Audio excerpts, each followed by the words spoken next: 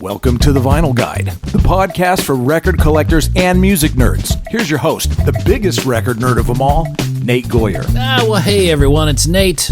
Welcome to episode 511 of The Vinyl Guide, the podcast for record collectors and music nerds. And dear people, this week we are welcoming to the show a guy I've been always wanting to have on the show. Finally sorted out a date to have a chat with him, Mr. Nick Aguilar, who you may know from Frankie and the Witch Fingers, or even Slaughterhouse. Nick absolutely destroys the drums for those bands, and several more as well. But Nick is also a serious record collector, and today he takes us through his hobby, his collection, his history with record collecting, his holy grails, his focus areas, and a whole lot more. Nick is truly a music lover. It's in his bones, man, and he's really dedicated his life to his art and his passion. It's wonderful to see him do his thing. And if you want to see Nick in action, grab some tickets for Frankie and the Witch Fingers at frankieandthewitchfingers.com. The band is in Europe in August, and then back to the US for a whole slew of dates, and then back over to the EU and the UK, October, November, and who knows where they'll end up after that. So check out their latest album, Trash Classic. There are multiple vinyl variants. Frankie and the Witch Fingers, aside from the killer music, they're also a very vinyl-centric band. They know what we love. They have all sorts of killer variants, which of course you could also see at frankieandthewitchfingers.com. Vinyl, tour dates, tickets, and more can be had there. And, I should mention, we have a video of today's conversation with Nick up there on the YouTubes. Find the Vinyl Guide YouTube channel, and you can see how good looking Nick and I are. Plus, there's lots of visuals of the records and such, so you could head up there now if you want to see that. Also, if you want to help support this podcast, and I sincerely hope many of you do, a lot of work goes into it, and I'm always happy to share and for everyone to enjoy. So if you have the means and would like to give your boy Nate here some love, well, you can do that at patreon.com/vinylguide. That's a great way to show some appreciation, likely cheaper than sending me some records, which you could always do. There's an address on the contact section of our website of how to get that to me, but honestly, it's probably a hell of a lot easier to do it through patreon.com/vinylguide. And we certainly do appreciate everyone's support. Alrighty, and with that, let's talk to Nick Aguilar, kick-ass drummer, music maniac, and record collector. Here on this week's show, we've got Nick Aguilar of multiple bands, Frankie and the Witch Fingers, Slaughterhouse. What else am I missing here, Nick? I occasionally play in a band called Neighborhood Brats. I occasionally play in a band called Askwatch. But, I would say that Frankie is my main thing these days, and I play with the other bands as much as I can whenever, I'm not super slammed with my schedule. But these days I'm super slammed with my schedule, so I kind of just mostly focusing on Frankie and the Witch Fingers and, trying to enjoy my life when we're not working. With how's that going? With records. These days, not so great, if I'm being completely honest, but,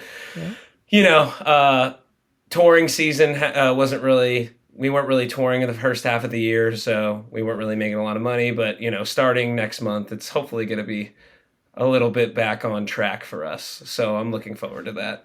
Yeah, I'm seeing July dates for Frankie just going almost to the end of the year, yeah? Yeah, pretty much like July. July.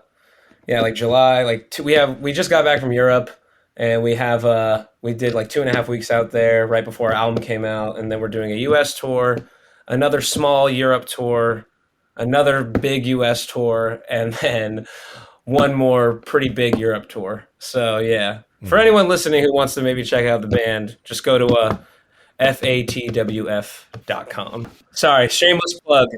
Yeah. No, please. That's fine. Yeah. I could even hear you drumming it too. You were a born percussionist there. That's right. Yeah, since I was 10 years old. So I happen to also know you as quite the record collector as well. Which came first, your fascination with playing music or listing and even collecting music? So I call myself a music fan first, musician second. Ever since I can remember, I was very drawn to music because of my dad, and I think a lot of that has to do with the fact that when I was a baby, I had colic.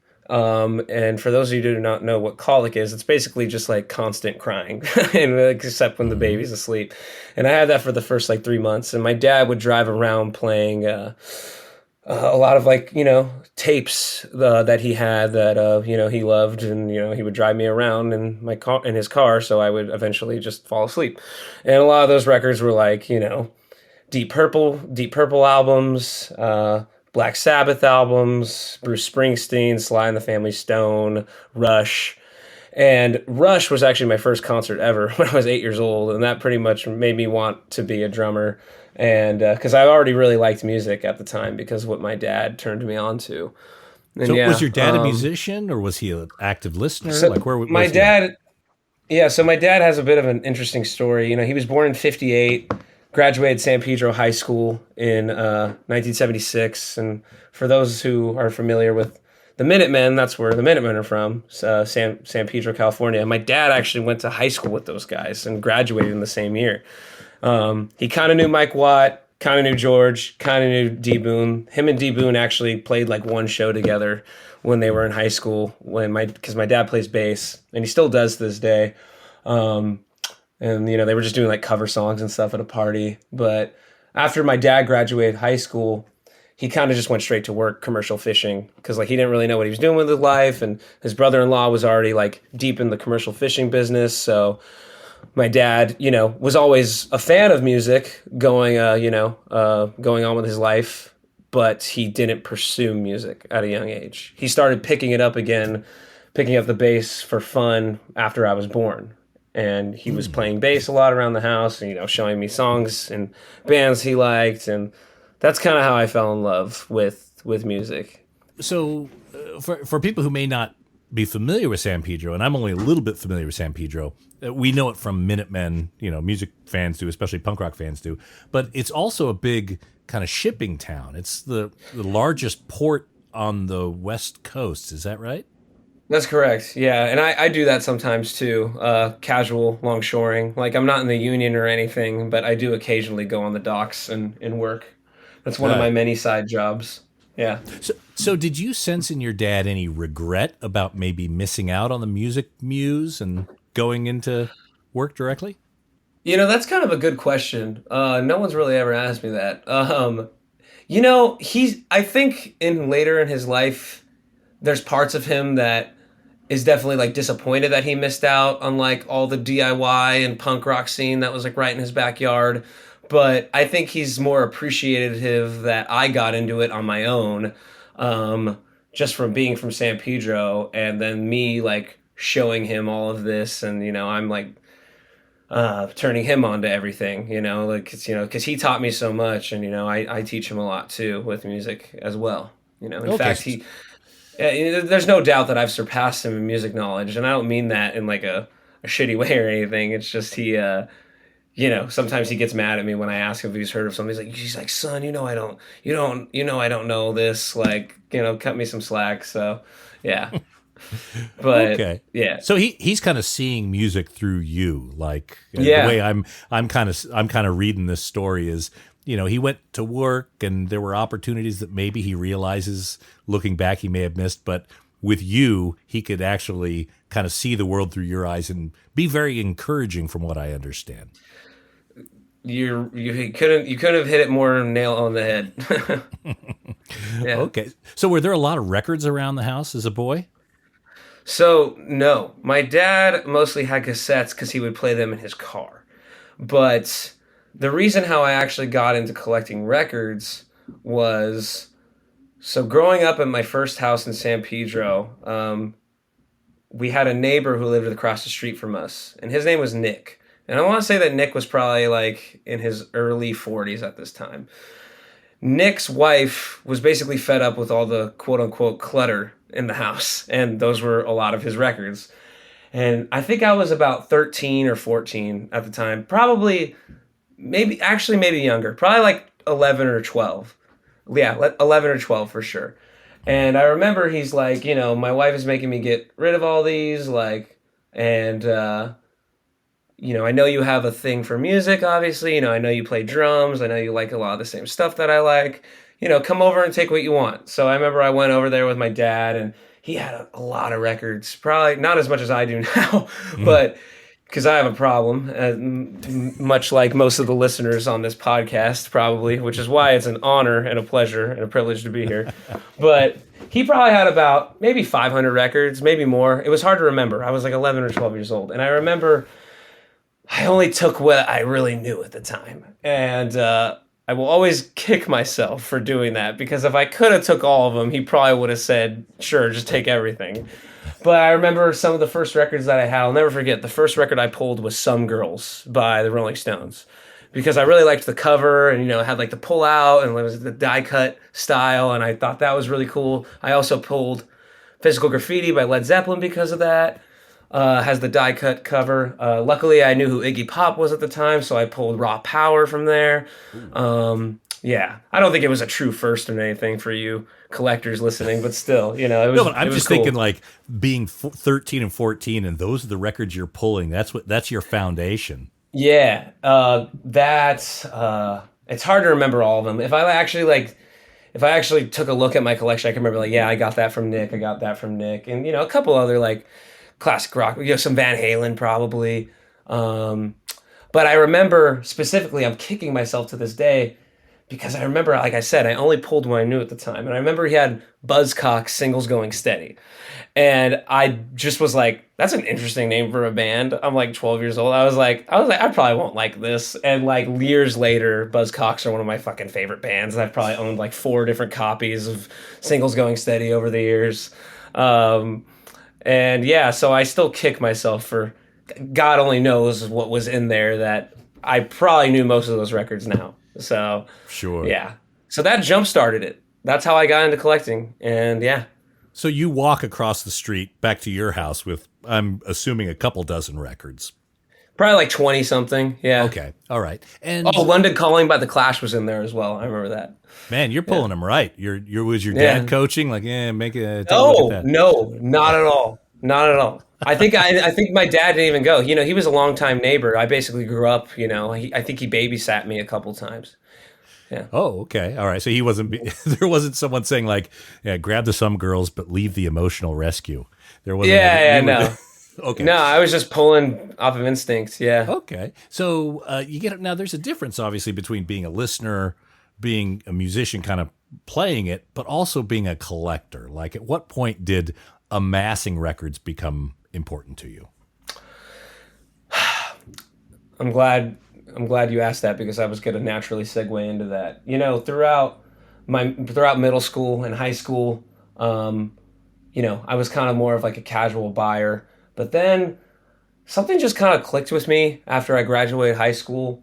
So I was like 18, 19. I just started collecting a lot of records by my favorite bands. I had a decent setup at home with a decent turntable and some decent speakers. And I was like, I'm just going to start collecting. And up until I was about 21, 22 years old, I probably had about, I don't know, like 4 cubes worth, like the standard, like colics, like probably like 4 cubes worth. And now I probably have about, let's see, 16, let's say about like, I don't know, close to 30 of those filled now.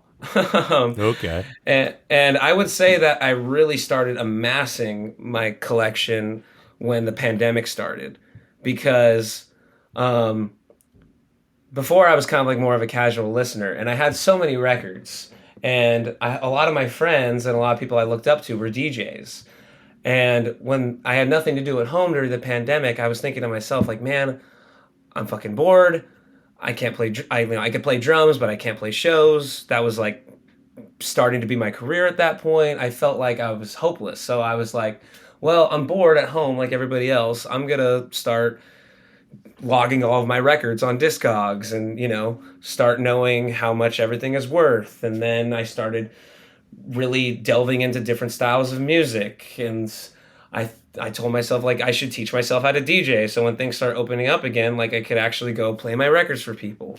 And then when people started noticing that like at the record shops I was going to in Long Beach, California specifically, at like Third Eye Records or 12s, they were noticing like, oh, you're like getting more into like soul and funk and like boogie and krautrock and stuff, and a lot more psych than I was into. And like, yeah, like, all I've been a huge music fan my entire life, but once you actually start looking at records and discovering different genres of music, you just go down the rabbit hole like so much. Like on the internet, you start reading about certain labels, producers, and so during the pandemic, I will say like 2020, 2021, 2022, up until basically today, that's when I've basically have been I've been this collector, and I don't like to call myself a dealer per se, but I like to sell here and there and buy here and there with my friends and buyers, and because they scratch my back, I scratch their back, kind of thing. Yeah, it can get very expensive, especially if you're looking for like first pressings and things like that, especially in the last 5 years. So you seem to have gone down that rabbit hole. Is that, yeah? For sure. And I also got really lucky getting records for really good prices back in the early days of the pandemic, or even before the pandemic, like for really great prices that go for insane now. Like I remember I got my copy of Cro-Mag's Age of Quarrel original press for like $100 back in like 2017. And I told myself like, damn, that's a lot of money for a record. And now that's like, I'm not saying this as a flex. If anything, I should be slapping myself in the face for this, but that's nothing compared to what I paid for a record now. And, like that record goes for probably like, depending on who's selling it, like 200, maybe 250 if it's super clean, and it's like near mint. But that's great news because I have a copy. Yeah. And like, I have some rare soul records that I got for really good prices that have gone up to like $500-$600 now. I was like, damn, I paid $80 for that. Like, So, and I pulled a lot of stuff that when we get into that section that we can start talking about, but yeah. Good. Now you have 45s, 12 inches, kind of where's your collection focusing around?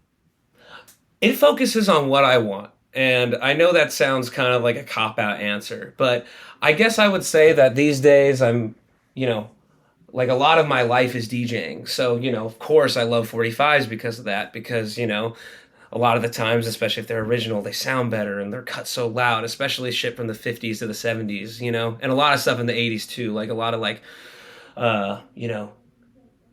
80s, disco and post-punk and no wave just sounds so good on 12-inch singles and stuff like that. And, I love that. But, I would say that I don't really have a preference for what I'm buying. It's just like, if there's a certain record that I want, like, I have like a priority list and a specific, like, I try to be very organized because whenever I have DJ sets or whenever I'm like want to listen to a certain record, I make sure that like I'm going to know where it is, because if I don't know where it is, I freak out.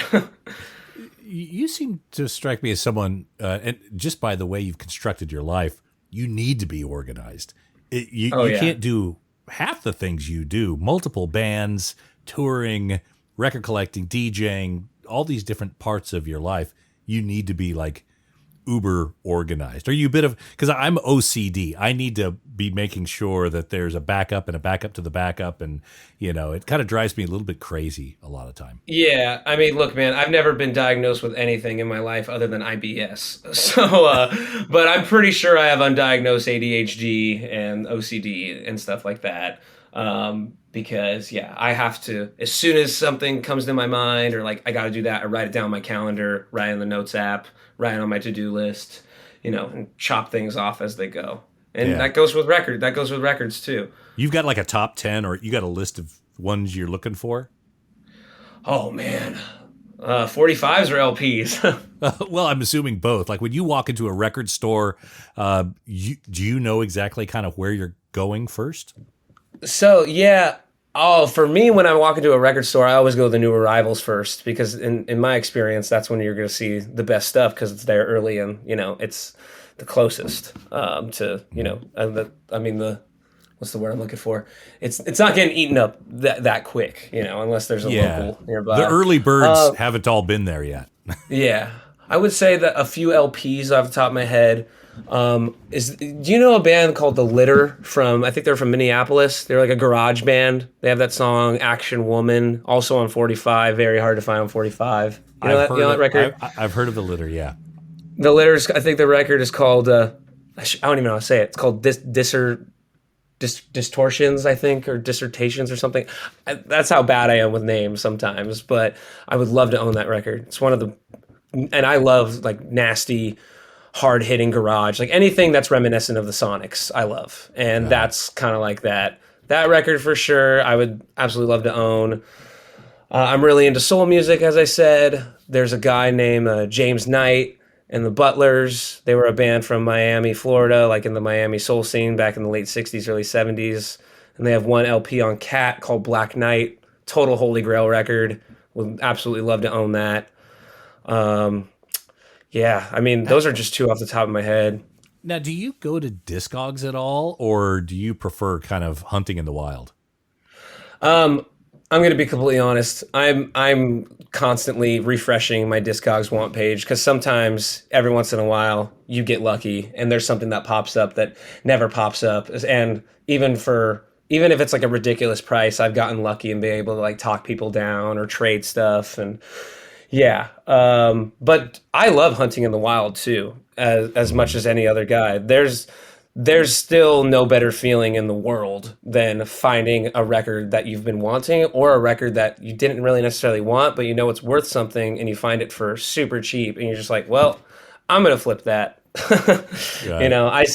Any thrift store when I'm on tour that I have time, if there's records there, I'm looking. But I'm telling you, man, maybe I'm not digging as much as the average Joe these days because I'm so busy, but man, it's getting thin out there, man. People know what's up these days, I think. And, I haven't had a Goodwill score in years.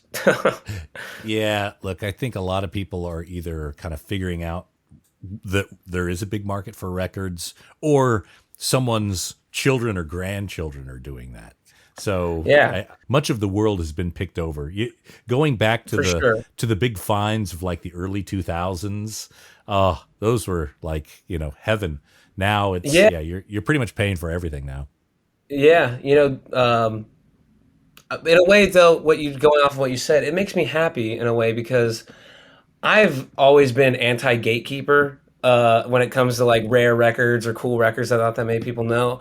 I've always been a fan of, for better or for worse, spreading the knowledge of something that is dope that someone might not know about, That's why I love DJing. I love playing songs for people that they may or may not know.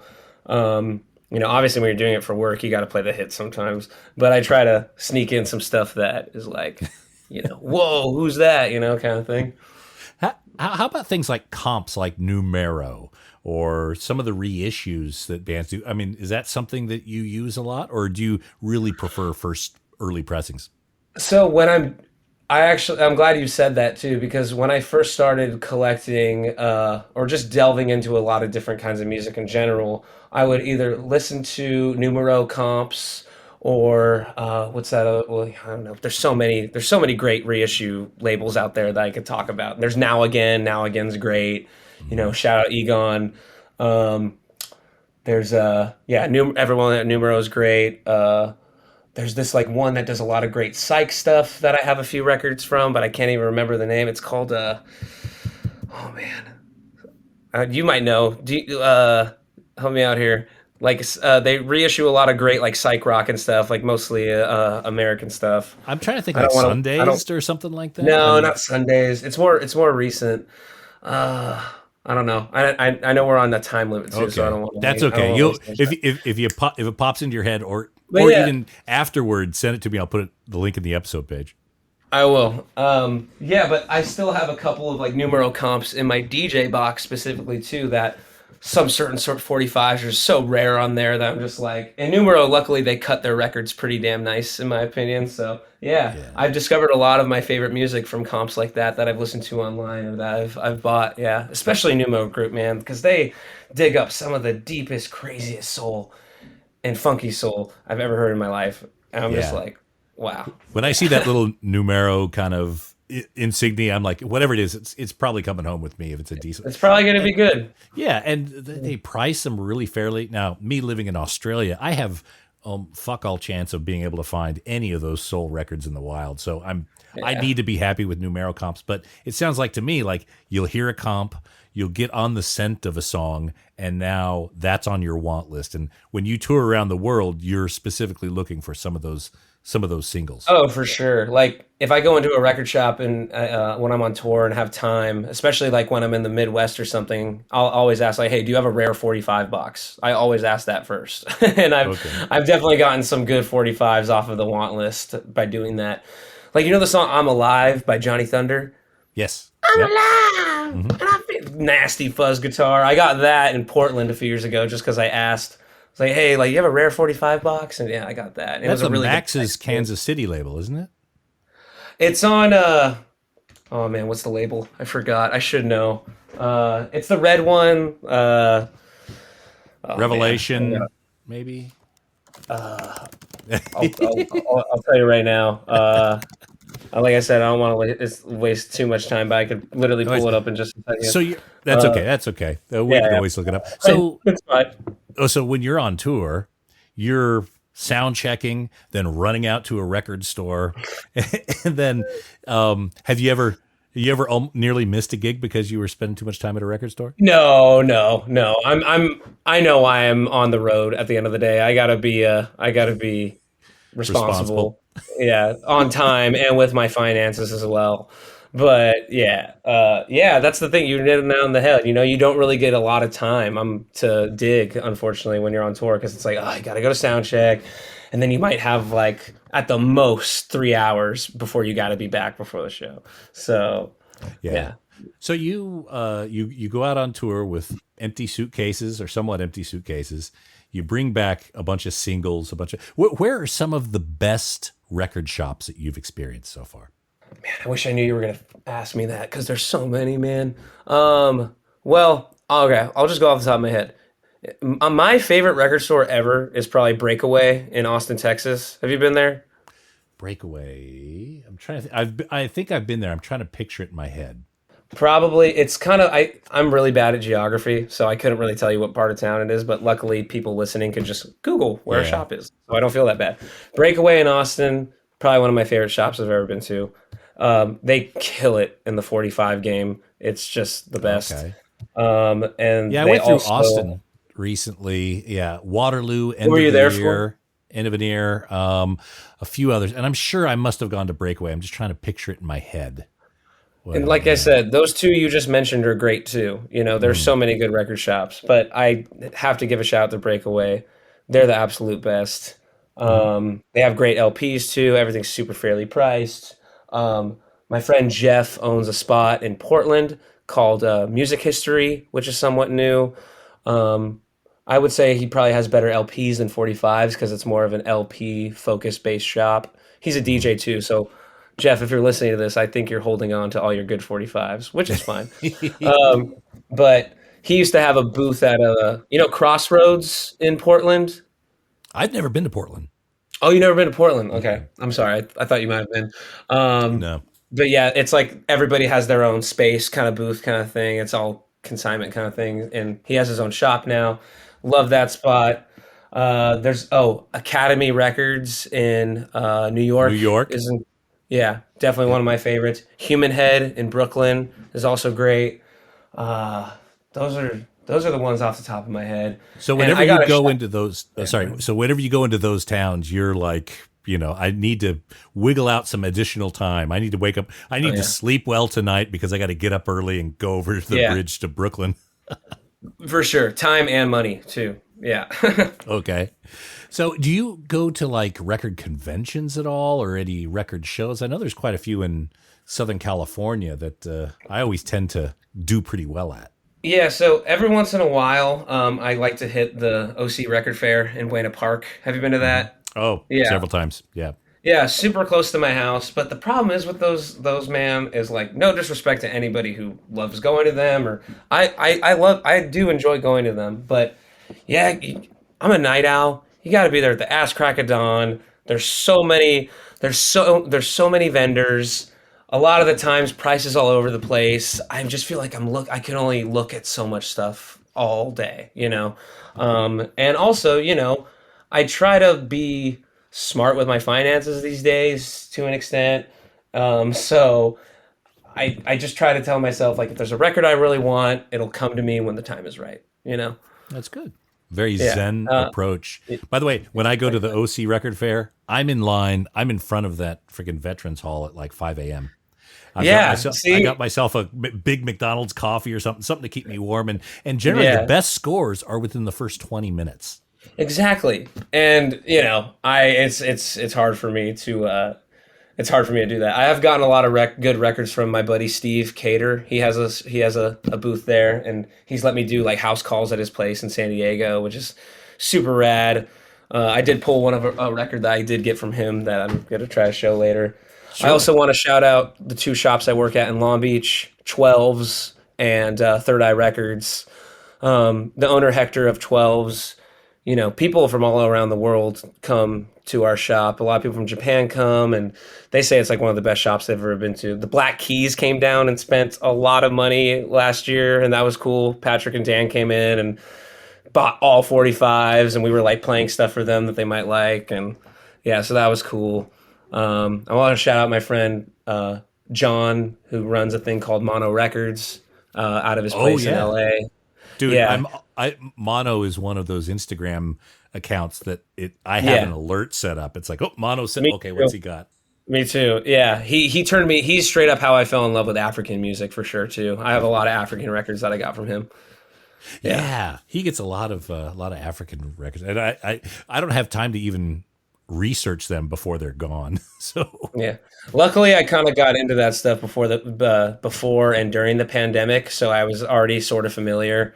But yeah. So you're always kind of, you know, you'll find records on the road that you can flip. And so you'll put some money down and carry that around until you get the opportunity to flip it. That happens pretty regularly, yeah?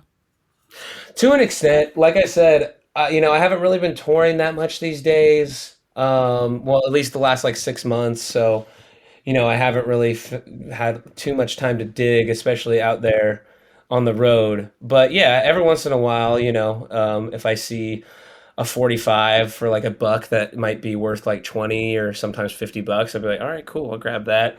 Or, you know, I sell at shows every once in a while too when it's time to downgrade. You know, I got a couple boxes of 45s for sale, some high-end stuff and some nice stuff. I mean, some cheap stuff and, you know, a few boxes of LPs, but I try to only buy stuff I'm going to keep. That's the best way. Otherwise, you just get stuck with all sorts of things you're not sure what to do with, and no money. Exactly. What's the most you've ever paid for a record? Oh man, dude. Do I have to answer this? Because like, if my mom listens to this, she's gonna kill me, dude. Well, I'll tell you. I'm gonna tell you right now. Can I show it if that's all right? Of course, please. Because Absolutely. You wanted me to get my Holy Grail record ready. Yeah. And this is probably my Holy Grail record that I am the most proud to own. Where the hell is it? Oh, here it is. Sorry, I pulled it aside. It's right here. It's called Helen Smith Sings Sweet Soul. Going back to what I was saying about soul music, Miami soul. Some of my favorite soul music of all time. Like I love to collect Miami funk and soul. Really quick, do you know who Blowfly was? Oh yeah. Uh-huh. Okay.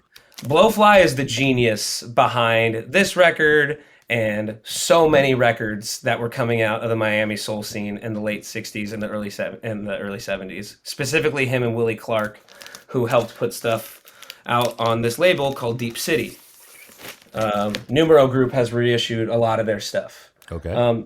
The cool thing about this record is that Deep City only put out 45s. This is the only LP that the label put out. Okay. So it's really hard to find. And I actually bought it in Miami in, I want to say June of 2024. And everyone knew I wanted this record. All my friends knew I wanted this record. They were sending it to me on Instagram, and I was like, Oh my gosh! Like I don't even want to ask the guy how much it is. There's a shop in Miami called Lucky Record Shop. Are you familiar with it? I'm not. No, I'm not. Okay, another one of the best record stores ever. The owner Tony, I messaged him. I was going back and forth with him about price, and he was like, "Ah, there's a guy who's like in front of you, and I know who it was, and I'm not going to say his name because he's very popular in the vinyl community, and I don't want to throw him under the bus." But him and I were basically in a bidding war. And Tony, when I got to this certain number, he was just like, "All right, I'm going to cap it off at there, and I want you to have it. I could tell you really, really want it." So he sold it to me, and he was like, "Do you want me to ship it?" I was like, "Well, actually, I'm on tour right now, and I'm going to be in Miami in like 2 weeks." So he held it on for me. He held it for me, and yeah, I spent $2,900 on this thing. Ow. Yow. Far out. On I know, horrible. Credit. I did it with credit card, and I paid it off. I think like within a couple months. So, yeah, and my credit score is still great. So I'm not tripping, man. I told myself years ago if there's a number one Holy Grail record that I would ever love to own, it's this. And I never thought I would see it in person. My friend Paula Puente, do you know her? She goes by Double P's. Oh, Double P's. Yeah, out of Vegas. Double P's.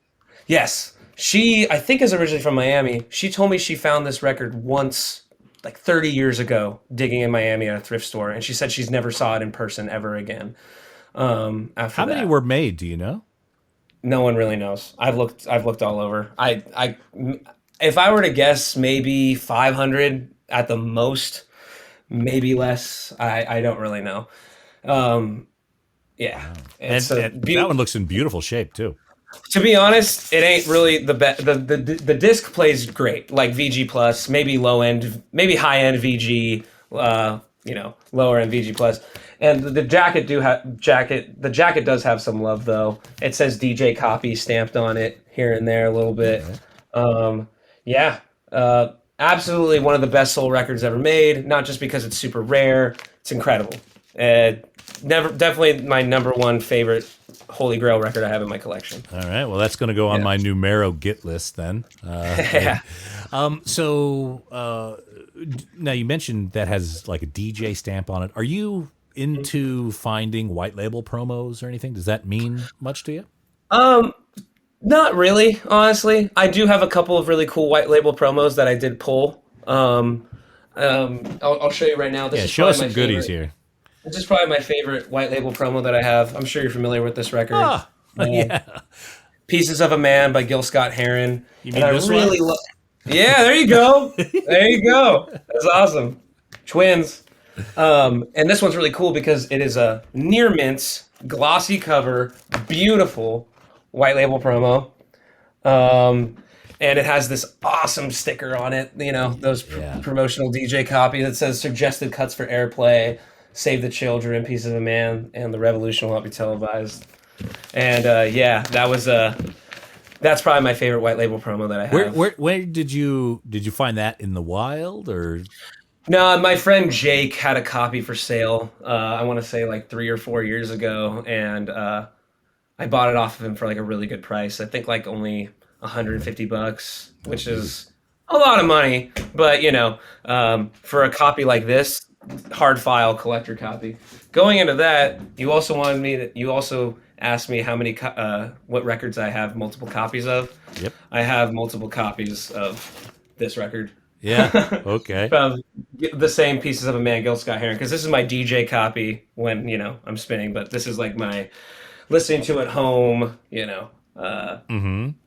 collector's copy. I try not to keep too many doubles because I don't want to get greedy and I have 2 copies of Black Flag Damage, the anti-parent sticker one, and another like kind of beat up DJ copy because that's just like the best hardcore punk record of all time, in my opinion. Not even my favorite, but I think objectively, like when you think of American hardcore, I think Damaged is really just the way the production. Henry is like at his youngest and most angry, and it's the best. Yeah, it's the best. Oh, I agree. Yeah, it's hard to beat that one. I was recently asked like, what are my top 5 records, and most of them were albums. But then I got to Nervous Breakdown EP, Yeah. To me, Yeah. that is, that has as much power as any album, I think, and just, short, sharp, and a punch in the face.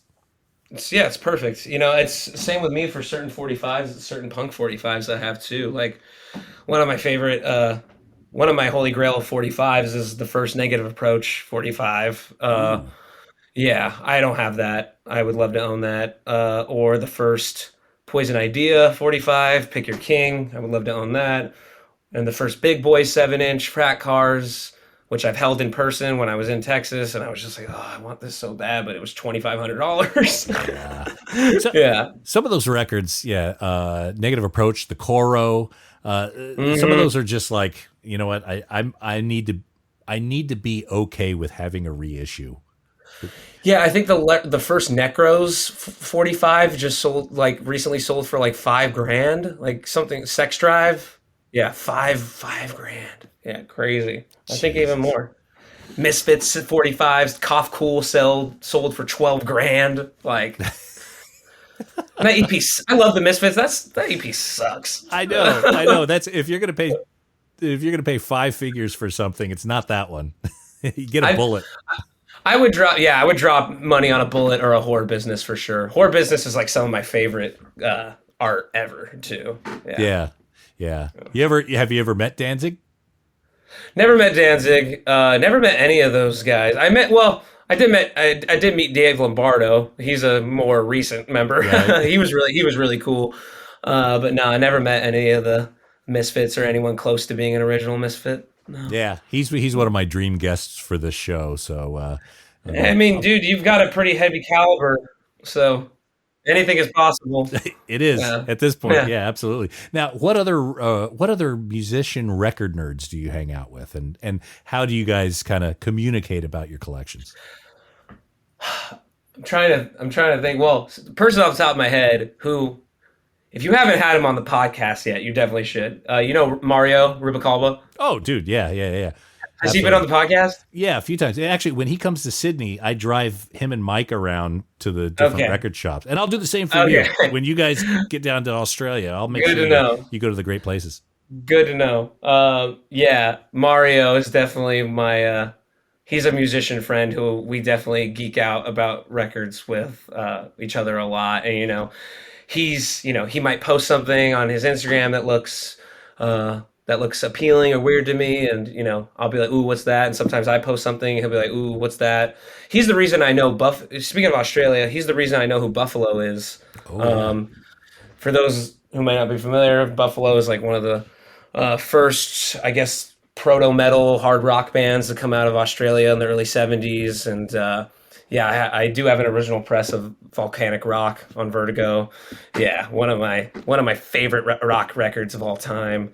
So Mario turned me on to them. He turned me on to a band called Stone Axe, which was a very short-lived project with members of the band Josephus. Like, this is like very deep, like psych metal world shit. And 45 called Slave of Fear that they reissued. And I so many friends who are record collectors. My friend Dan, who plays drums in the OCs, and Paul, who plays drums in the OCs, they're both huge record collectors, and we're always geeking out about stuff with each other. I don't know. It's hard. Like That's I said, interesting. There's a lot of drummers you just named, and then Patrick of Black Keys. Do you think? Is there a parallel? Is there a correlation? You reckon? I mean, I guess so. But when you think about it, man, what musician might not be a gigantic record collector? Like, I mean, Jack White, man. I'm pretty sure he's the guy who spent $30,000 on that promo Velvet Underground 45 that sold on Discogs last year. I think that might have been him. I kind of heard that through the grapevine. Yeah, but the guy in his corner, one of the other one of the guys in Third Men, Ben Blackwell, he's one of the drivers of that organization. Again, drummer. Drummer. Okay, yeah. Yeah. Yeah, see, I don't maybe there is a correlation. Yeah. Yeah.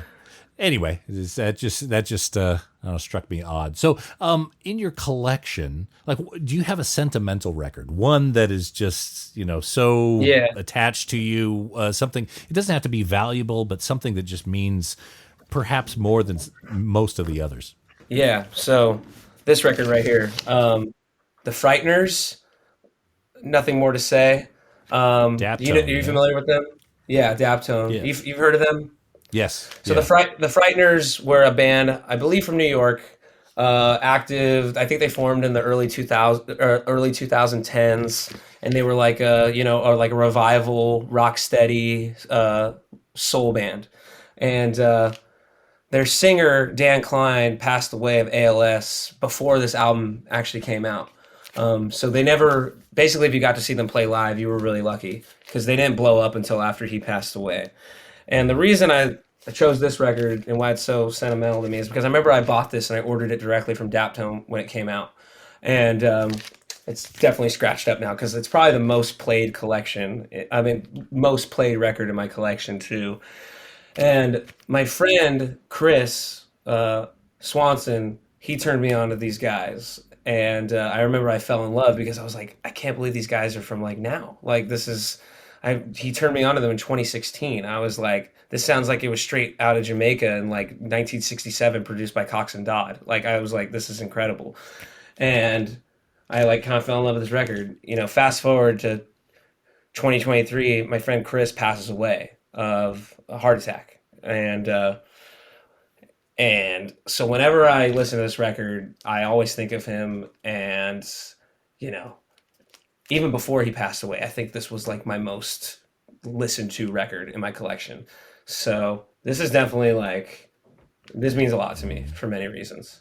And, it's it's every time these guys come on at the bar, at the club, at the DJ set, at the restaurant, because they get played everywhere now, I always think of my friend, and it does fuck me up still to this day. But yeah, I hope that answers that. Yeah. No, it's a beautiful memory. I've got a similar one with a friend of mine who's no longer around, and one of the last times we hung out, we listened to John Coltrane, "A Love Supreme." And we sat and we talked about it and everything. And then not long afterward, he wasn't around anymore. And now that record, every time it goes from movement to movement, and I recall it. And it's sad, but it's nice that I have that memory there. That's funny you say that record too, because I know you didn't ask this before when you emailed me, but that if I had to pick an all-time favorite album, like a desert album, desert island album, it would be Love Supreme. That's probably my favorite record of all time. Yeah. I can listen to it every day. Certainly in my top 5, but I got to tell you, if I was on a desert island, I would have to bring Funhouse with me. That's in my top 5. That's in my top 5. Yeah, that's my favorite rock and roll record of all time. Yeah, I even went ape. I bought the box set, the Sessions. Oh, nice. Set. Yeah.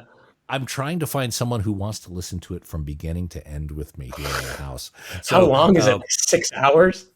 It's over that. It's 15 records, and I figured we'll start in the morning with coffee and like some breakfast, and we play one of the records, and then we talk a little bit about it, and we go to the next one. I got a nice coffee machine. We could make tacos later in the day, so it could be a whole big day. My birthday just passed, so I can't guilt anyone into doing it until this time next year. Yeah, just wait. Yeah, ask for that for your birthday next year, man. I don't know if I would have the attention span for that, man. That's so many records. Yeah, and so many 15 takes of Down in the Street, but there's nothing more empowering than that song, I think. No way. That's my favorite song on the record for sure, and I have it on 45 too. Original electric press, white label promo. Oh, all right, very good. Yeah. Is that one of your precious ones there? Oh, for sure. That's definitely one of my. That's definitely one of my precious ones because not only is it one of my favorite punk songs of all time, I play it a lot when I DJ, and for those who can see, I have it right here, Down on the Street, white label promo, nice. Beauty. Yeah. And then the B side is 1970, I Feel All Right. So it's a perfect double sider for Stooges fans and DJs everywhere, and it's cut so loud. Did you find that in the wild, or did you trade around for that? I bought it at a shop. I can't remember what shop I bought it at, but I remember I paid, I think, like $100 for it. Like nothing too crazy. Oh, but yeah. Okay. Yeah. Well, that's good. You got yourself a Sonic Rendezvous band? I don't know who that is. Oh, okay. All right. Well, Stooges and MC5. You'll want to learn about the Sonic Rendezvous band. Rendezvous band. Yeah, City Slang. It's Fred Sonic Smith of MC5. I forgot who else is on it, but they only did one song, essentially officially, and it's the song City Slang, and it's one of the City best. Slang. If you like that Detroit feel, I do. Stooges, MC5, yeah, that'll be right up your alley. I wrote it down. I'll check it out as soon as we're done here. Very good. I highly recommend. So what other interesting ones you got handy you want to share?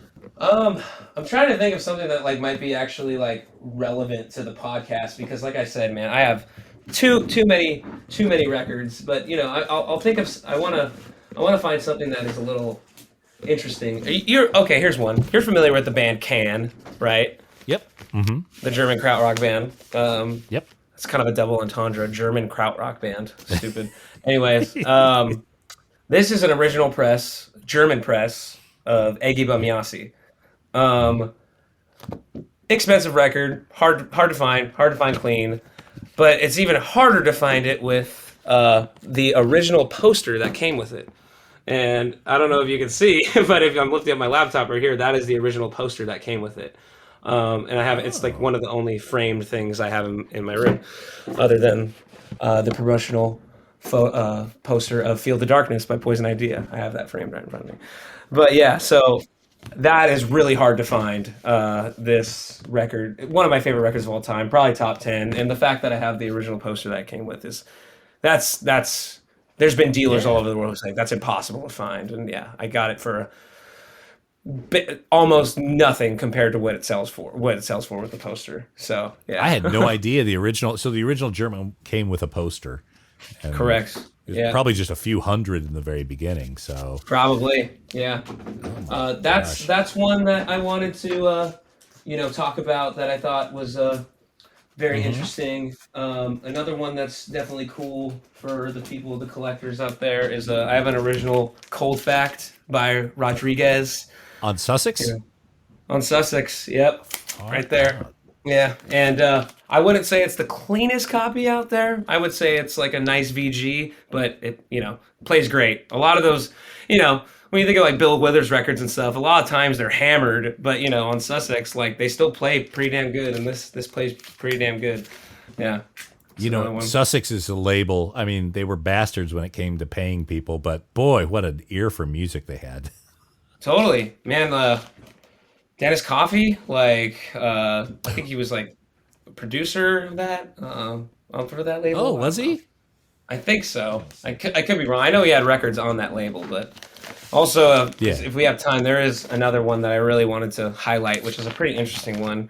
So you're familiar with Jamaican music, at least, Very little, actually. Very little. Well, I'm sure people listening to this podcast are. Mm-hmm. There's a vocal group from Jamaica called Carlton and the Shoes.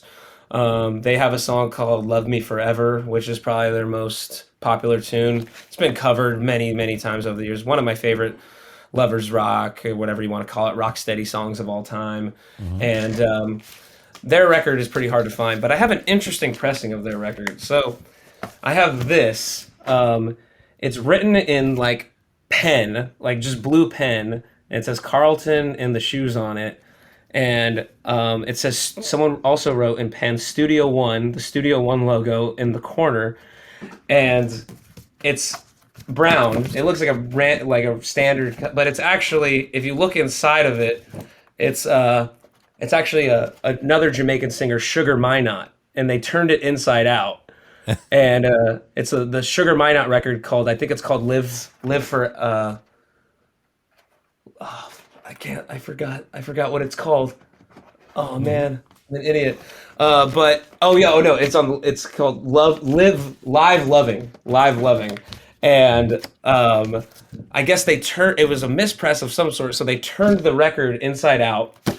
And if you see on the Studio One label here, it's covered in blue pen, Live Loving by Sugar Minott, and they just got rid of the whole track listing in blue pen there on both sides. But it's actually the first Carlton and the Shoes record, which is very hard to find. So like if you throw it on, it's the Carlton and the Shoes record, Love Me Forever. So This is weird. It's super weird. I haven't found it on PopSite, GripSweat, Discogs. Yeah, I think I paid like 150 for this back in like 2020. My friend Hector, who owns 12s, the shop I work at, had this, and he knew how much I loved Carlton and the shoes, and he was like, "Yeah, it's a weird one, but I'll sell it to you if you want it." So, yeah. Oh. Yeah, they must have been like trying to press them and, oh, let's hear what this sounds like. Okay, well, all we have is these labels. Let's just black that out and Yeah, make yeah. ourselves a And copy. I will say it's not the best sounding copy, so I don't know. Maybe it was a misprint of the like maybe it was like a defective copy. I don't really know. Right. But all I know is it's probably the most interesting misprint that I have in my collection for sure. Do you have any records that used to belong to prominent musicians? Another one? Yeah. A different one? Yeah. Yeah. I have a copy. I have an original copy of Houdini by the Melvins, signed by Dale and Buzz. Not I think Lori Black, who played bass in the Right. band for a minute. Don't have her signature on there, obviously. But yeah, that belonged to man. I'm gonna sound like such a rookie here. The girl from L7, Donna Sparks. Is that her Yeah. name? Yep. Yeah, Yeah. yeah. That belonged to Donita. her. Donita. Donita, not Donita. I'm an idiot. Sorry. Yeah, that's one off the top of my head. Um, yeah, that's kind of. I don't want to sit here and think about it and lie, but that's like the only one I can really think of off the top of my head that belonged to somebody famous. Yeah, Yeah. or like or a well-known musician. Yeah. I don't have anything like crazy, crazy. I bought a bunch of Blue Notes that were part of Ira Gitler's collection. The journalist. If you look at the back of the Blue Note records, yeah. a lot of times the long text is was on most of the records a Yeah. dissertation, a breakdown of the music or the night they Of course. played, and a lot of it was penned by Ira Gitler. And I Wow. wound up with a lot of Ira's records. I think I also have a copy of Suicide that used to belong to Martin Rev. That's really cool. Yeah, but there's no real kind of paperwork or provenance on it. But Yeah. that's the story I was told when I got it. That story will stick to it. Yeah, no, another killer record I would love to own an original of. It's just so expensive. Oh, I know. So Yeah. when it comes to making records, the band, Frankie and the Wishfingers is very well known for the the different variants. What role does the band play? Maybe you specifically in a lot of these variants coming to be.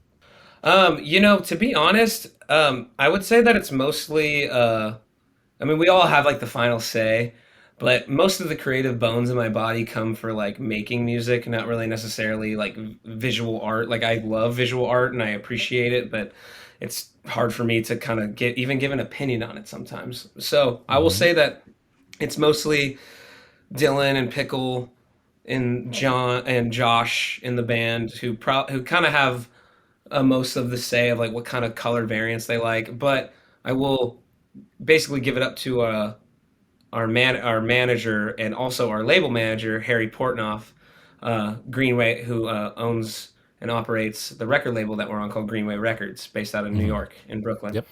And yeah, he kind of has all these ideas that come to life, and I would say that he comes up with most of the vision per se, and then he works with Dylan and Pickle to kind of like see like what we think works the best and the names of the different variants and stuff too, and and the kind of music that we make too is we have a very a fan base who loves to collect stuff, and especially different variants and stuff, so it kind of comes with the territory.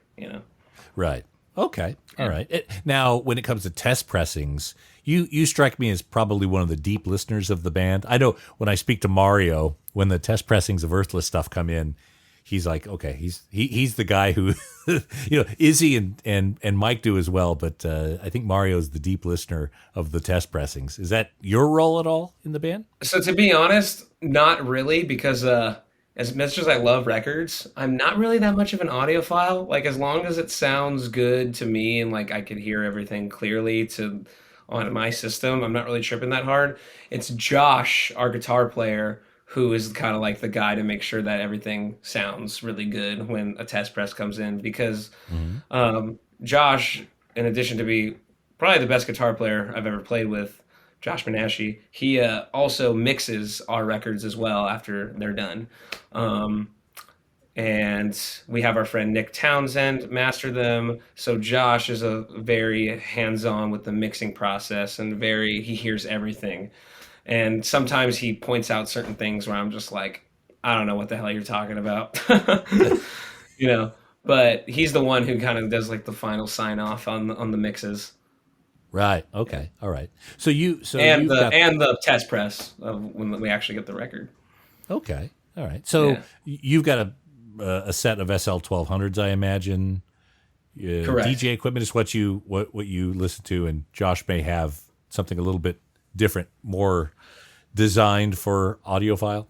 To be honest, I don't know exactly what kind of turntable he has, but I'm sure I'm sure it would get the job done well enough to be able for him to sign off on something so important. Well, Frankie's records sound fantastic on mine, so I've got a nice audio file system. So there's not a bad one in the bunch. Well, what's the rarest or most collectible record that you personally are on? Oh man, that's a good question. Probably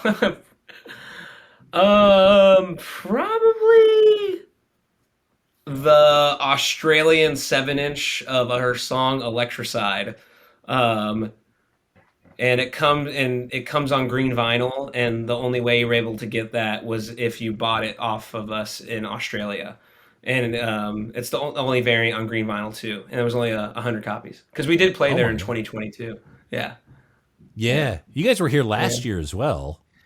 But 2023, not 2024. Yeah, is that right? Yeah. Okay. Yeah. All right, I'll have to look. I wish we were there last year. I love it there. I love it there. Yeah. So I had tickets for Frankie and the Witchfingers, but I had to travel, so I gave it to my wife, who had no idea what Frankie and the Witchfingers was. And she came back, and my Christmas gift was a Frankie and the Witchfingers gig poster. Oh wow! Wait, was there a show in Sydney? Yeah. At least it was like an underground place. Mary's Underground. Mary's Underground. That show was one of my favorite shows I've ever played in my life. It was insane. Oh yeah. Yeah. Shit. Sorry I missed. No, it's okay. No, I mean, Australia is a different. It's a different beast, man. Any plans for you guys to come back here? At the moment, no. Theoretically, yes. Hopefully 2026 and Japan too. We want to hit both at the same time, hopefully. Oh, yeah. Japan's a dangerous place for a record collector. Yeah, don't get me started. So I've heard. Yeah. Oh, you've never been? Oh, I've never been to Japan. No, I've only the furthest of the globe across the globe I've been is Australia. Yeah. Okay. All right. Yeah. Japan for record collecting is just it's heaven. It really is. And the details that they put on the different records, and look, if once you get it booked, let me know and I'll connect you with some folks who will make sure you get shepherded to the right spots. Hopefully, I have a lot more money by then. How about another rarity you have you're on is mild autism. Oh crap. I totally forgot about that. I wasn't even trying to avoid that question. Yeah, how much does that go for? I haven't looked it up. Do you have any idea off the top of your head? Maybe $300, and it's rarely available. There's only a few hundred of those available, as I understand. Yeah, so that was our one album that we actually pressed on vinyl. For those listening, Law is my first band, first real band that I was ever in. We recorded that record at Rancho de la Luna Studios in Joshua Tree with Dave Ketching, and it was a great. Dave Ketching used to be in Eagles of Death Metal. He has his own project called Earthlings. One of the most gem of a human beings I've ever met in my life. Shout out Dave Ketching. Mm-hmm. Anyway, our label or management put out that record. I think I don't even know if it was on a proper label per se. And I think only 100 copies were pressed, and not even a lot of people cared about us at the time. or still do. Jacob, my singer, is the singer of Sublime now, so people are Mm-hmm. obviously more hyped on that rather than the dumb rock band that we had back in the day. So yeah, that's kind of funny to know that the few copies that are out there and actually for sale, people are holding on to them. I don't even have one, which is hilarious. Yeah, I never got one because I think I quit the band after that record came out. I never even actually got to own one. Yeah, So there was There and Back Again. That was yeah, on vinyl as that was well. on my. Mhm. Controlled Substance Sound Labs. But yeah, you were involved That's in the right. whole the Skunk Yeah. Records community. So that must have been quite an interesting collaboration. Yeah, well, the thing is like because of whom my singer was, Jacob. His dad was Bradley Knoll, and Hmm. Jacob Knoll, Bradley Knoll, and the guy who kind of helped put us together was a guy named Michael Miguel Happold, who was sort of like Sublime's de facto manager. Helped them out with recording a lot back in the day. One of Brad's best friends, and Miguel is the reason why we even became a band in the first place. I was like Hmm. 16. Jacob was like 16. I might have even been 15. And yeah, so and Skunk was his label that he started with Brad. So he was kind of like the sole owner. So it kind of only made sense for when we put out our first release ever, it would be on Skunk Records, even though we weren't really a reggae band, even though we had some like, reggae or ska or, you know, it was a weird time in my life. I was But only, fresh out of high school. Yeah. wow, because listening to the Law records, you had serious chops even that early in your career. And if I'm being real with you right now, man, I feel like I've stagnated in the last like 7 years.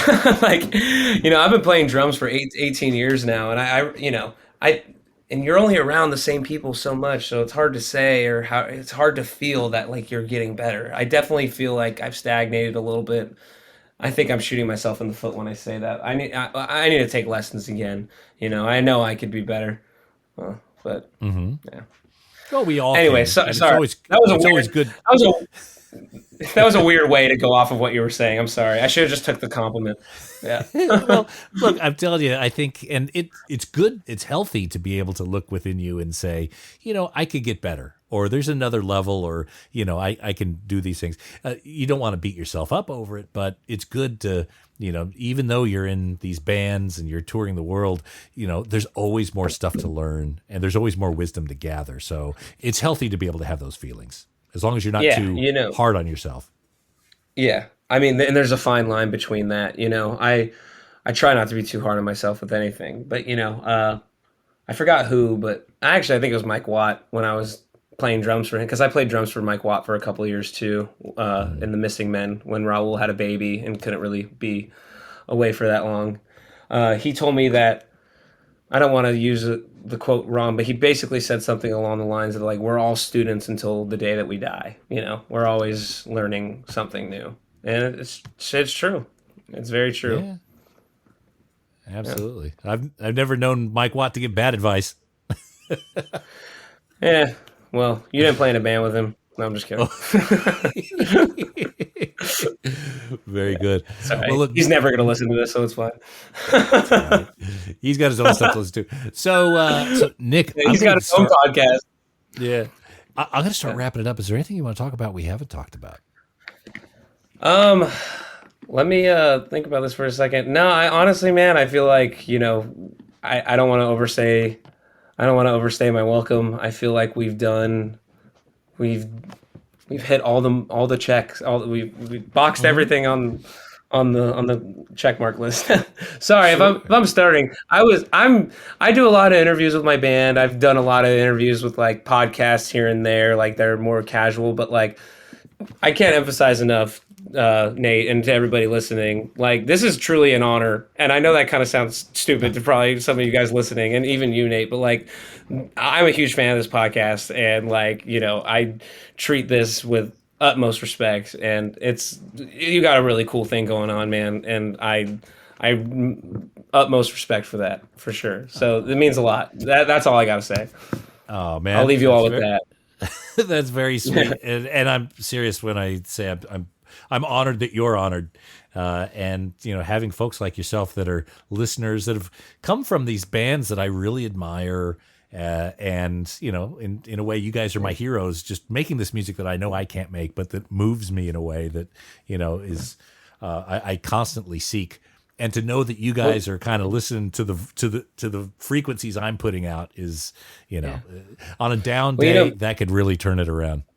Yeah, man. I mean, music has been the thing that's always brought me with other people, especially after high school, and even my friends then were only friends because I liked the same music as them. I mean, dude, you remember where we met, right?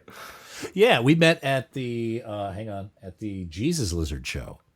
That's right, at the Garden Amp last year. Yeah, in Costa Mesa. You had absolutely bug fuck when the band came out. Yeah, I did. I'm getting older now. I'm 28. Everyone's listening like this asshole. He's not old. He's 28. But I have to pick my battles when I'm going to go ham in the pit. And when Jesus Lizard come to town and when I have the chance to see them, I'm going to risk it all for the Jesus Lizard. And I took a tumble on my knee pretty bad that night, actually. And it hurt for like 3 weeks. I never got it checked. Yeah, I'm off my dad's insurance now, so I got to be careful. Yeah, you better watch out. I was looking at pictures of that gig afterward, and there's all these great pictures of David Yao just kind of going crazy. He's so picturesque up there. But then when I look in the crowd pictures, there's always you just kind of with these bug eyes, like shouting the words back to him. Yeah, I mean, there's certain bands who just, I don't know, they turn into animals when they're on stage, and they're one of those bands, and I want to be an animal when they're an animal, It's like David Yao does what Iggy Pop does, but like on meth, and it's incredible. Yeah. I get worried about David, his crowd I do too, work. man.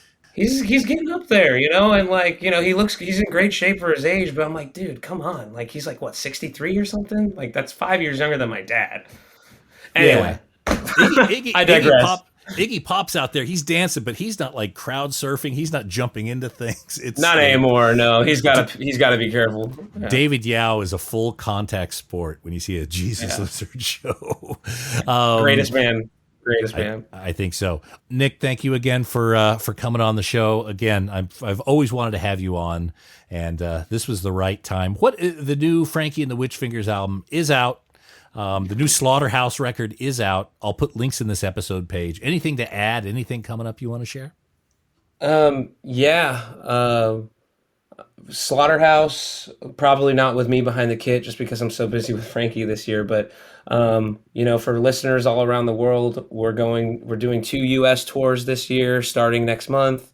And we're doing 2 Europe tours this year as well. So just go to our website. And you could see all of our tour dates coming up. And, I would love for y'all to come out and, support and check us out and buy a record to add to your never-ending collections. You're going to have records, you're going to have vinyl on the merch table, yeah?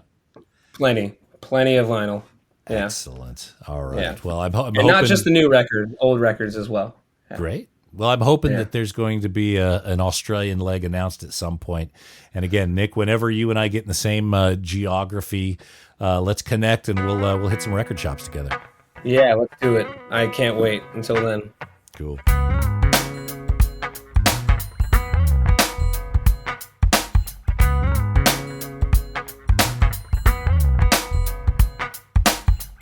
Such a killer dude.